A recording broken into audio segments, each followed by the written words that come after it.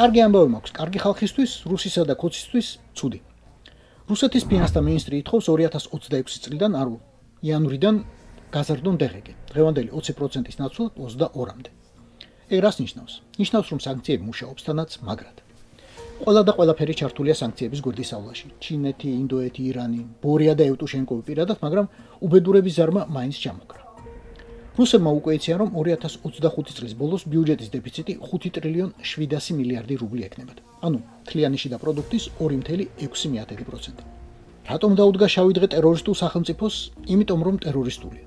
იმიტომ რომ შეეტენა ომით უკრაინაში. კბილებს უსინჯავს გარშემო ყველას, მათ შორის სრულად არამოსაზღვრე დანიას და პასუხსაც ამ კბილებში იღებს.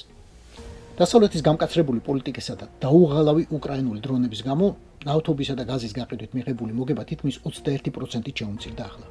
და რა იქნება 2026 წელს, როდესაც რუსულ ენერგომატარებლებზე უარისთმას უნგრეთსა და სლოვაკეთსაც იმედია აიძულებენ. ეგ აღარავინ იცის. რუსული ხაზინისთვის დღგ შემოსავლებს 35% მოაქვს, მაგრამ არც ეგაა საკმარისი თურმე ამ ხელა ომის წარმოებისთვის. ახლა პუტინი მზადაა გაზარდოს გადასახადი, შესაბამისად გააძვიროს ყველანაირი პროდუქტი და ყველანაირი მომსახურება. ანუ მარტივად, მისი და ომის გულმხრუალე მხარდამჭერები დასაჯოს სიღატაკით.